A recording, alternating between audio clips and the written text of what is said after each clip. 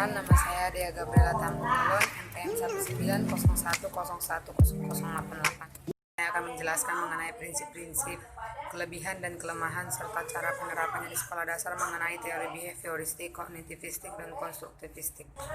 Yang pertama itu prinsip-prinsip. 1. Prinsip teori belajar behavioristik, yang dimana prinsip ini menekankan pada pengaruh lingkungan terhadap perubahan perilaku, menggunakan prinsip penguatan yaitu untuk mengidentifikasi aspek paling diperlukan dalam pembelajaran dan untuk mengarahkan kondisi agar peserta didik dapat mencapai peningkatan yang diharapkan. Selanjutnya, mengidentifikasi karakteristik peserta didik untuk menetapkan pencapaian tujuan pembelajaran.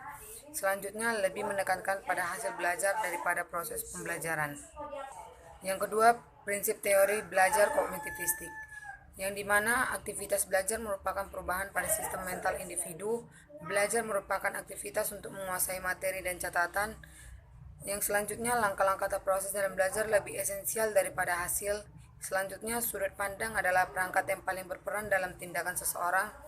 Selanjutnya, hal paling esensial dalam pembelajaran adalah pada keaktifan siswa. Yang ketiga itu prinsip teori belajar konstruktivistik, yang dimana pengetahuan dibangun oleh siswa sendiri. Pengetahuan tidak dapat dipindahkan dari guru ke murid kecuali hanya dengan keaktifan murid sendiri untuk menalar. Murid aktif mengkonstruksi secara terus-menerus sehingga selalu terjadi perubahan konsep ilmiah. Selanjutnya, guru sekedar membantu menyediakan sarana dan situasi agar proses konstruksi berjalan lancar. Selanjutnya, menghadapi masalah yang relevan dengan siswa. Struktur pembelajaran seputar konsep utama pentingnya sebuah pertanyaan, mencari dan menilai pendapat siswa, menyesuaikan kurikulum untuk menanggapi anggapan siswa. Selanjutnya itu kelebihan dan kelemahan teori belajar. Yang pertama itu teori belajar behavioristik. Kelebihannya, yang pertama itu sangat cocok untuk memperoleh kemampuan yang membutuhkan praktek dan pembiasaan yang mengandung unsur-unsur seperti kecepatan, spontanitas, kelenturan, refleksi. Yang kedua itu mampu mengarahkan siswa untuk berpikir linear, konvergen, tidak kreatif dan tidak produktif. Yang ketiga, membawa siswa menuju atau mencapai target tertentu sehingga menjadikan peserta didik untuk bisa bebas berkreasi dan berimajinasi.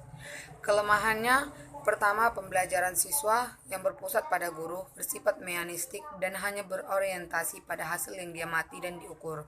Yang kedua, murid hanya mendengarkan dengan tertib penjelasan guru dan menghafalkan apa yang didengar dan dipandang sebagai cara belajar yang efektif.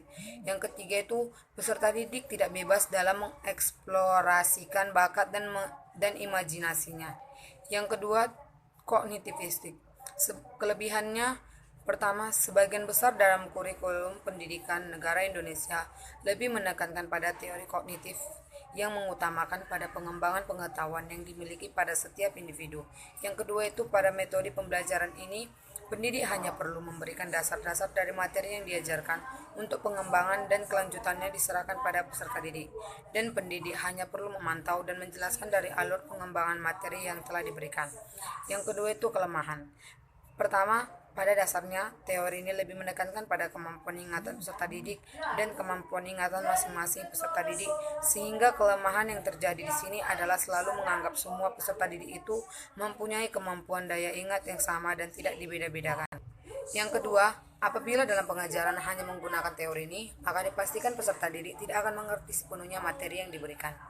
Yang ketiga itu konstruktivistik. Kelebihannya yang pertama, berpikir. Dalam proses membina pengetahuan baru, murid diajarkan berpikir untuk menyelesaikan masalah atau sebuah studi kasus dan dapat mengembangkannya menjadi sebuah ide atau membuat keputusan. Yang kedua, paham. Dalam proses pembelajaran, murid harus terlibat langsung dalam mengembangkan sebuah pengetahuan baru, sehingga peserta didik akan lebih paham dan boleh mengaplikasikannya dalam sebuah situasi. Kelemahan. Yang pertama, kadang guru tidak memperhatikan muridnya secara keseluruhan. Misalkan guru tidak pernah memberi kesempatan pada peserta didiknya untuk menyelesaikan suatu masalah atau berdiskusi, sehingga peserta didik hanya mendapat pembelajaran yang itu saja. Yang kedua, tidak semua guru atau pendidik itu mempunyai karakter atau sifat yang sama.